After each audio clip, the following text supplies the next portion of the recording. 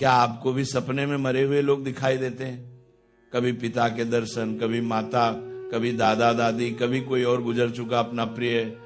कई लोग ऐसी बात कहने में भी डरते हैं, लेकिन सच यह है कि ऐसा सपना हर किसी को कभी न कभी आता ही है। सुबह उठते ही हम उस सपने को भूल जाते हैं या नजरअंदाज कर देते हैं। पर क्या दिल के अंदर कभी सवाल नहीं उठा कि ऐसा सपना क्यों आया? इन सपनों का मतलब क्या होता है? क्या वे सिर्फ यादें हैं या वाकई आत्माएं हमें कुछ बताने आती हैं? शास्त्र स्पष्ट कहते हैं, सपने में मृत परिजनों का दिखना कोई सामान्य बात नहीं, बल्कि इसके पीछे गहरा आध्यात्मिक रहस्य छिपा है, जिसके संकेत हमें समझने चाहिए। इन सपनों में संदेश होते हैं, चेतावनी, आशीर्वाद, मार्गदर्शन और कुछ मामलों में प्रार्थना। लेकिन इसे समझने के लिए प्राचीन पुराणों में वर्णित वह कथा सुननी जरूरी है जिससे पितरों की कृपा प्राप्त होती है और मनुष्य के जीवन में शांति और समृद्धि आती है। एक समय की बात है, देवर्षि नारद यमलोक आए। यमराज ने बड़े प्रेम से उनका स्वागत किया, प्रणाम किया और कहा, हे देवर्षि, आपके आगमन से यमपुरी पावन हो गई। आज मैं स्वयं को भाग्यशाली मानता हूं। नारद जी ने भी प्रणाम किया और कहा, हे मृत्यु के देवता, आपका सत्कार हमें प्रसन्न कर गया। तब यमराज ने पूछा, हे देवर्षि, आज आपके यहां आने का कोई विशेष उद्देश्य अवश्य होगा। क्या कोई संदेश लेकर आए हैं? क्या किसी विषय में सहायता चाहते हैं? नारद जी बोले, हे धर्मराज, आप मृत्यु और न्याय के देवता हैं। आपके पास तीनों लोकों के जीवों का लेखा जोखा है।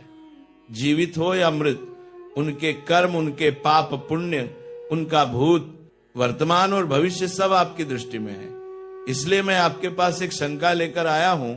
यमराज ने कहा, हे देवर्षि, हम हर प्राणी के जन्म मरण का रिकॉर्ड रखते हैं, लेकिन आपके मन की बात नहीं जान सकते।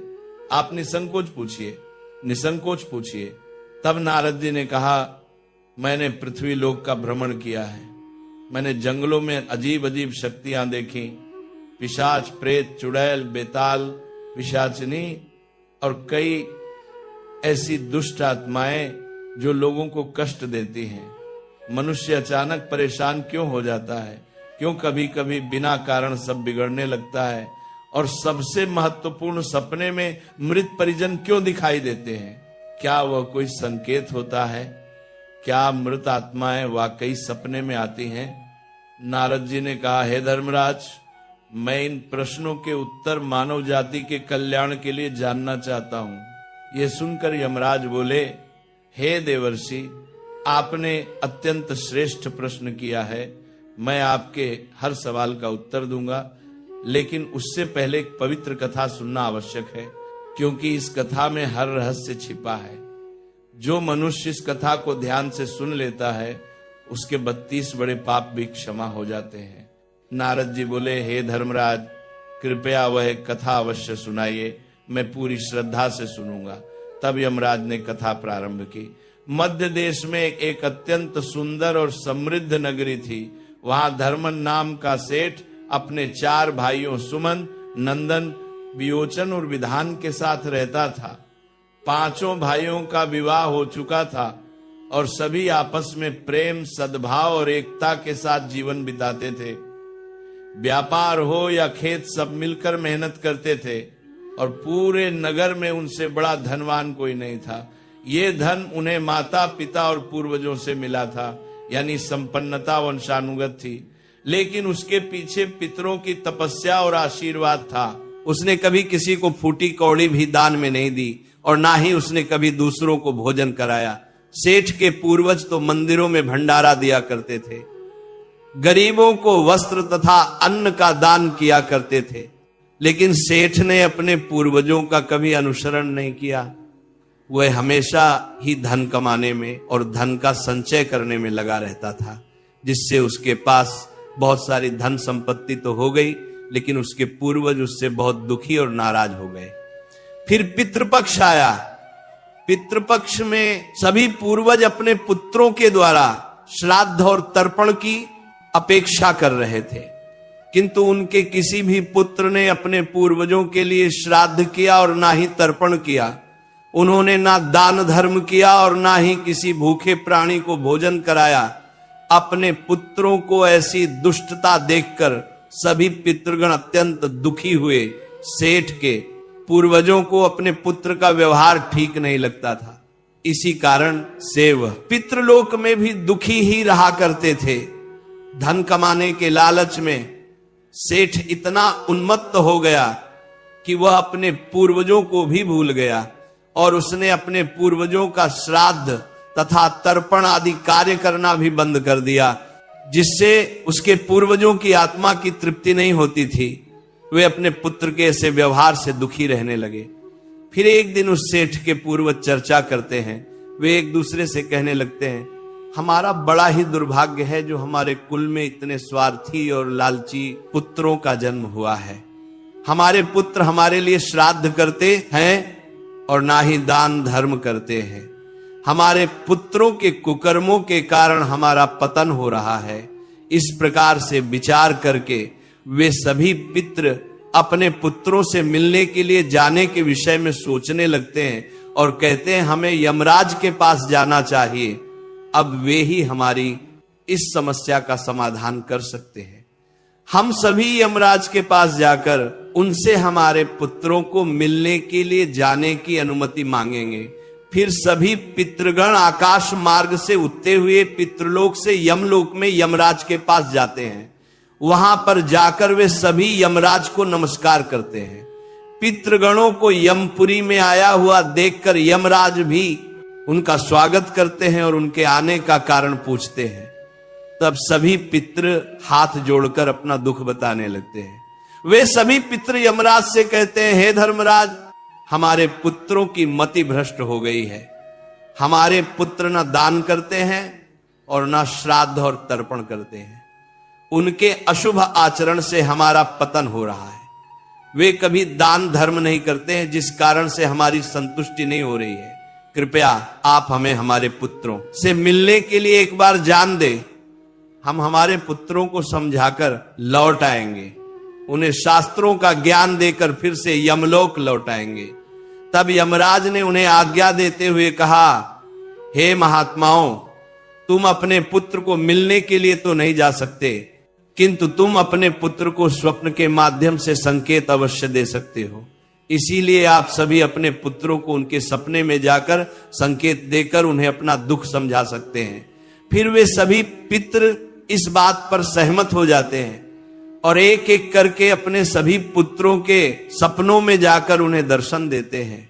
सबसे पहले वे अपने बड़े पुत्र के अर्थात उस सेठ धर्मन के सपने में उसे दर्शन देते हैं और उसे संकेत देते हैं, किंतु उनका बड़ा पुत्र उनके संकेतों को समझ नहीं पाता है। दूसरे दिन जागने पर वह उस सपने को भूल जाता है और अपने पितरों के द्वारा दिए गए संकेतों को भी नजरअंदाज कर देता है। इससे वे सभी पितृगण फिर से निराश हो जाते हैं और फिर सभी पितृगण अन्य पुत्रों के सपनों में जाकर भी उन्हें दर्शन देने लगते हैं तथा उन्हें अनेक प्रकार के संकेत भी देते हैं। लेकिन उनके बाकी पुत्र भी उन संकेतों को दुर्लक्ष्य कर देते हैं। कोई भी अपने पूर्वजों के द्वारा बताए हुए संकेतों को समझ नहीं पाता है, जिससे सभी पितृगण अत्यंत दुखी और नाराज हो जाते हैं। सेठ और उसके भाई धन कमाने के लालच में पूरी तरह अंधे हो चुके थे। उन्हें पूर्वजों के प्राप्त द्वारा दिव्य संकेतों का महत्व कुछ भी नहीं लगता था, किंतु पितरों के स्वप्न में दर्शन देने के कुछ ही दिनों के बाद उस सेठ को व्यापार में नुकसान उठाना पड़ता है। उसे व्यापार में बहुत ज्यादा घाटा होने लगता है, जिससे उसकी सारी धन संपत्ति नष्ट हो जाती है।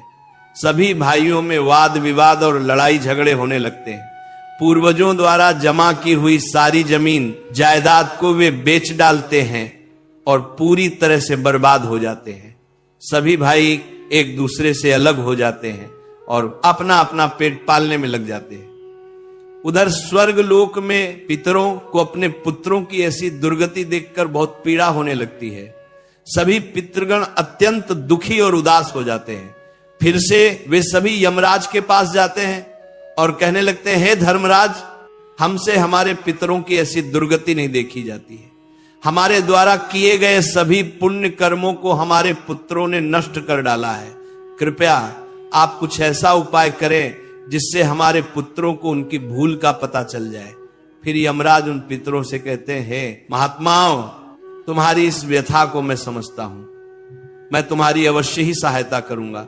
मैं स्वयं तुम्हारे पुत्रों के पास जाकर उन्हें उनकी भूल के बारे में बताता हूं। फिर यमराज अपने भैंसे पर सवार होकर पृथ्वी लोक पर आते हैं और उस सेठ के घर की तरफ जाने लगते हैं। हाय, जब यमराज सेठ के घर के समीप पहुंच जाते हैं तभी वे एक साधु का रूप धारण कर लेते हैं। सबसे पहले वो उस सेठ के घर पर जाते हैं तो वो सेठ अत्यंत बीमार पड़ा हुआ होता है। द्वार पर जाकर यमराज खाने लगते हैं, भिक्षाम देही भिक्षाम देही, क्या घर में कोई है ही मैं तुम्हारे द्वार पर? एक साधु आया है जो बड़े दूर से यात्रा करके आया है, कोई हो तो भिक्षा दो, भिक्षाम देही। द्वार पर आए साधु को देखकर उस सेठ की पत्नी सुनंदा उनका स्वागत करती है और कहती है, पधारी। हे साधु महाराज, आपका स्वागत है, कहिए मैं आपकी किस प्रकार से सहायता कर सकती हूं? वे साधु रूपी यमराज कहते हैं, हे देवी, मैं भूखा हूं और यात्रा पर निकला हूं, यदि दान में कुछ भोजन मिल जाए तो बड़ी कृपा होगी। फिर सेठ की पत्नी कहती है, ठीक है साधु महाराज, आप रुकिए, मैं अभी आपके लिए कुछ भोजन लेकर आती हूं। सेठ की पत्नी के चेहरे पर दुख के हाव भाव देखकर वह साधु रूपी यमराज कहने लगते हैं, हे पुत्री, तुम्हारे मुखमंडल पर दुख दिखाई पड़ रहा है। अगर कोई गोपनीय बात ना हो तो मुझे बताओ तुम्हारे दुख का क्या कारण है? वह स्त्री कहती है, हे साधु महाराज, आप सत्य कह रहे हैं, पहले हम बहुत धनवान और समृद्ध थे, मेरे पति और उनके भाई सभी साथ साथ रहते थे, किंतु अचानक ही सभी भाइयों में झगड़ा हो गया, अचानक से हमारा सारा व्यापार दब गया और हम सभी दरिद्र हो गए हैं। ये किस दोष के कारण हुआ है? कृपया आप हमें बताइए। तब साधु कहता है, हे पुत्री, तुम्हारे घर में पितृ दोष है, इस कारण से तुम्हारे पति की यह दशा हुई है, तुम्हारे पति के कर्मों के कारण उसके पूर्वज रुष्ट हुए हैं।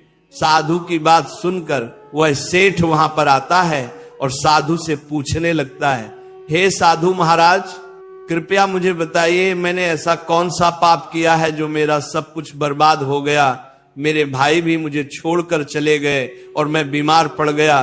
तब वो साधु कहते, हे पुत्र, तुमने अपने पूर्वजों को नाराज किया है। तुम्हारे पूर्वजों ने जो संपत्ति और पुण्य अर्जित किया था उसे तुमने और तुम्हारे भाइयों ने नष्ट कर दिया, इसी कारण से तुम्हारी यह दुर्गति हुई है। तुम लोगों ने अपने पितरों का श्राद्ध नहीं किया, उनका तर्पण नहीं किया, इसी कारण से तुम्हारे सभी पूर्वज तुमसे रुष्ट हो गए हैं। तुम्हारे पूर्वजों ने सपने में आकर तुम्हें कई महत्वपूर्ण संकेत दिए थे, किंतु तुमने उन संकेतों को दुर्लक्ष्य कर दिया और अपने पूर्वजों को अपमानित किया है। यही कारण है कि तुम्हारा सारा वैभव नष्ट हो चुका है। इस प्रकार से उस साधु के द्वारा बताने पर उस सेठ को सब कुछ पता चल जाता है। उसे याद आता है कि उसके सपने में उसके पूर्वजों ने उसे दर्शन दिए थे।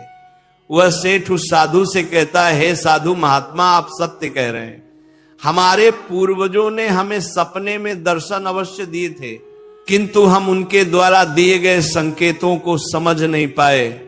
कृपया आप मुझे सपने में पूर्वजों को देखने पर क्या संकेत मिलते हैं, इस बारे में बताइए। फिर वह साधु कहते हैं, हे पुत्र, अब तुम ध्यान से सुनो, मैं तुम्हें सपने में पूर्वज दिखाई देने पर मिलने वाले संकेतों के बारे में बताता हूं। साधु रूपी यमराज कहते हैं, हे पुत्र, यदि पितरों का उद्धार नहीं होता है तो वे प्रेत योनि में ही मृत्यु लोक पर भटक रहे होते हैं। वे भूख प्यास से व्याकुल होकर अपने परिवारजनों के घर में प्रवेश करते हैं। सुनो वत्स, अब मैं तुम्हें उन सभी संकेतों के बारे में बताता हूं जो तुम्हें ध्यान में रखना चाहिए। यमराज ने साधु के वेश में सेठ को बताया, यदि तुम अपने सपने में अपने पूर्वजों को भूख और प्यास से व्याकुल देखते हो तो यह संकेत अत्यंत महत्वपूर्ण है। इसका तात्पर्य यह है कि तुम्हारे पितृ अभी भी प्रेत योनि में भटक रहे हैं।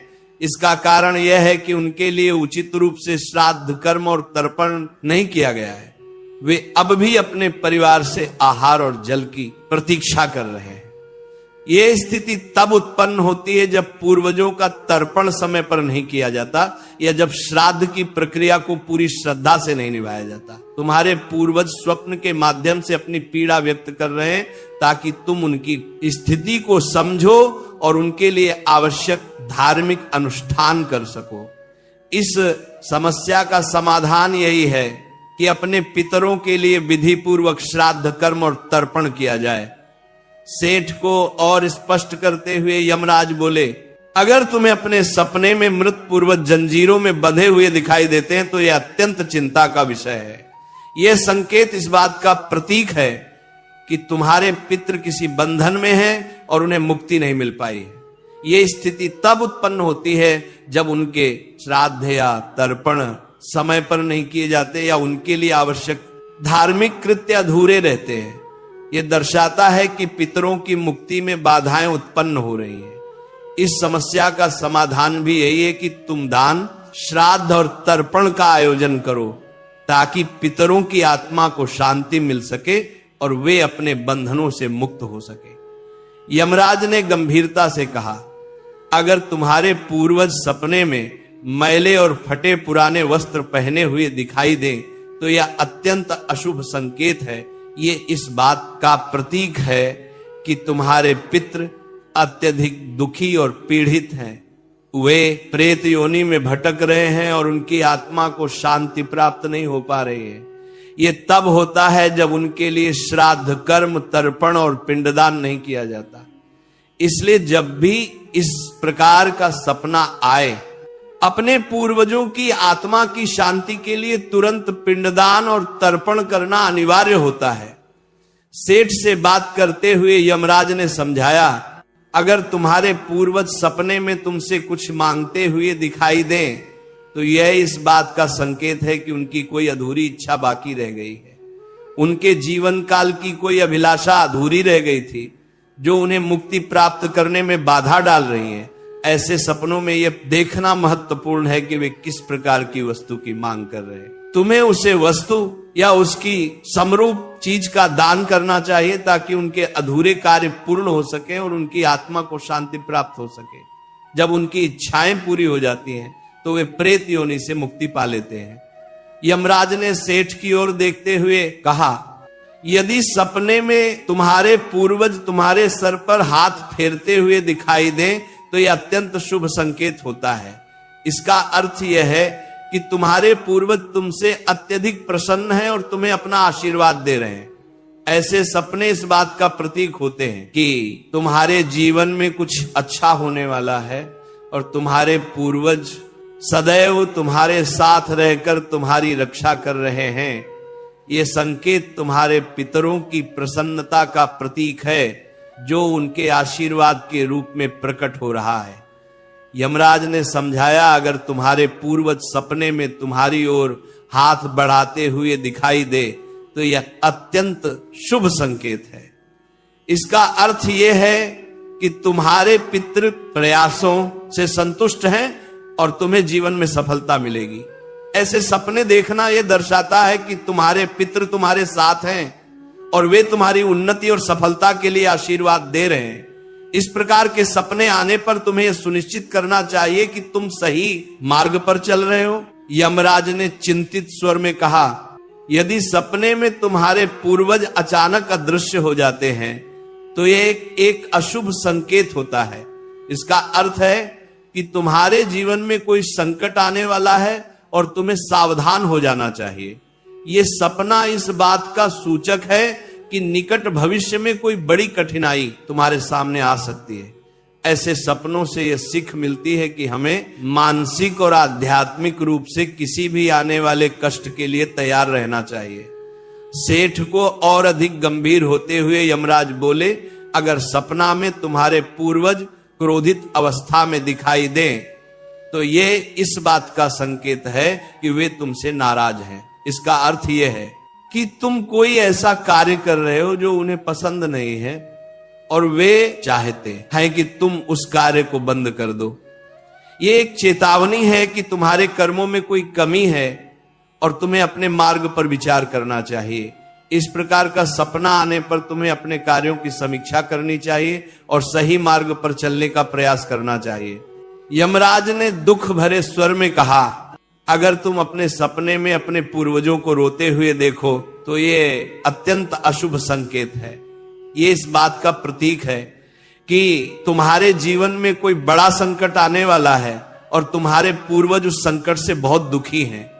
ये सपना इस बात की चेतावनी देते हैं कि तुम्हें सतर्क हो जाना चाहिए और ईश्वर की भक्ति में मन लगाना चाहिए ताकि संकट से तुम्हारी रक्षा हो सके। यमराज मुस्कुराते हुए बोले, यदि सपने में तुम्हारे पूर्वज स्वस्थ, प्रसन्न और तेजस्वी दिखाई दे तो यह अत्यंत शुभ संकेत है। इसका अर्थ है कि तुम्हारे पितरों को मुक्ति मिल चुकी है और वह तुमसे प्रसन्न है। ऐसे सपने इस बात का संकेत होते हैं कि तुम्हारे पितृ तुम्हें आशीर्वाद दे रहे हैं और तुम्हारे जीवन में सुख, शांति और समृद्धि आने वाली है।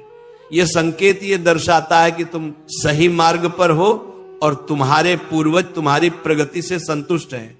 यमराज ने चेतावनी भरे स्वर में कहा, अगर पितृपक्ष के दौरान तुम्हें सपने में घोड़ा, हाथी, बैल या कोई विपरीत मनुष्य दिखाई दे तो ये इस बात का संकेत है कि तुम्हारे पितरों की मुक्ति नहीं हुई है और वे अभी प्रेत योनि में भटक रहे हैं। ये इस बात का भी संकेत है कि वे तुमसे अत्यंत दुखी हैं। ऐसे संकेत मिलने पर तुम्हें तुरंत पितरों की संतुष्टि के लिए दान और श्राद्ध करना चाहिए ताकि उनकी आत्मा को शांति मिल सके। अंत में यमराज बोले, यदि तुम्हें सपने में कोई जानवर जैसे कुत्ता, बैल, गाय या अन्य पशु मनुष्य की तरह बात करते हुए दिखाई दे तो यह अत्यंत विचलित करने वाला संकेत है। इसका अर्थ यह है कि तुम्हारे पितरों की आत्मा को शांति नहीं मिल रही है। ये इस बात का संकेत है कि तुमने उनके लिए आवश्यक धार्मिक कृत्य अधूरे छोड़े हैं। इस स्थिति में तुम्हें तर्पण, पिंडदान या अन्य धार्मिक अनुष्ठान करके अपने पितरों की आत्मा की शांति के लिए प्रार्थना करनी चाहिए। तब वह साधु कहता है, हे पुत्र, यदि तुम्हें भी इस प्रकार के सपने दिखाई पड़े हैं तो तुम्हें अपने पूर्वजों को प्रसन्न करने के लिए दान, धर्म, तर्पण, श्राद्ध आदि कर्म करने चाहिए जिससे तुम्हारे सभी कष्ट दूर होंगे। उस साधु की बात सुनकर उस सेठ को अपनी गलती का एहसास हो जाता है और वह तुरंत ही अपने भाइयों के पास जाता है और उन्हें साधु के द्वारा बताई हुई बात बता देता है। फिर सभी भाइयों को समझ बनने में आ जाता है कि उनके पूर्वज उन्हें सपने में आकर संकेत दे रहे थे। फिर वे सभी भाई मिलकर नदी के तट पर जाते हैं और अपने पूर्वजों के लिए श्राद्ध, तर्पण, दान, धर्म आदि कार्य करते हैं और अपने पितरों को संतुष्ट करते हैं। फिर एक दिन उनके पूर्वज उनके सपने में आकर उन्हें दर्शन देते हैं और उन्हें नाना प्रकार के संकेत देते हैं। वे सभी संकेत शुभ होते हैं, अपने पितरों के द्वारा शुभ संकेत प्राप्त होने पर उन सभी भाइयों का जीवन खुशियों से भर जाता है। उनके सभी रोग और दोष समाप्त होते हैं। वे फिर एकजुट होकर रहने लगते हैं और खूब तरक्की करते हैं। यमराज नारद जी से कहते हैं, हे देवर्षि, जब मनुष्य के पूर्वज संतुष्ट हो जाते हैं तब मनुष्यों को अनेक प्रकार के संकेत प्राप्त होते हैं। अब मैं तुम्हें उन शुभ संकेतों के विषय में बताता हूं। यदि सपने में मृत परिजन सिर पर हाथ फिराते हुए दिखाई देते हैं, इस सपने का अर्थ यह है कि वे बहुत अधिक प्रसन्न हैं। पूर्वज ये संकेत दे रहे हैं कि उस मनुष्य के जीवन में कुछ बहुत ही अच्छा होने वाला है। यदि पूर्वज मनुष्य की ओर हाथ बढ़ाते हुए दिखाई देते हैं तो पूर्वज यह संकेत दे रहे हैं कि मनुष्य जो भी काम कर रहे हैं उससे वे संतुष्ट हैं और उसे उस कार्य में अवश्य ही सफलता प्राप्त होगी। यदि सपने में पूर्वज स्वस्थ दिखाई देते हैं, उनके मुखमंडल पर तेज दिखाई देता है और उनके वस्त्र चमकीले और सफेद रंग के होते हैं तो उन पितरों को मुक्ति मिल चुकी है, ऐसा समझना चाहिए। अगर सपने में पूर्वज दूर आकाश में बादलों पर बैठे हुए दिखाई देते हैं तो यह शुभ संकेत है। मनुष्य के पूर्वज अत्यंत प्रसन्न है और उसे आशीर्वाद दे रहे हैं। इस प्रकार से उन सभी भाइयों को पूर्वजों के द्वारा शुभ संकेत प्राप्त होते हैं और उनका खोया हुआ सारा धन और संपत्ति उन्हें वापस मिल जाते हैं और सभी भाई मिलजुल कर एक साथ रहने लगते हैं और सुख पूर्वक 100 वर्षों तक जीवन व्यतीत करके दिव्य विमान में बैठकर पितृलोक चले जाते हैं। तो इस प्रकार से यमराज ने देवर्षि नारद को पितरों के द्वारा मिलने वाले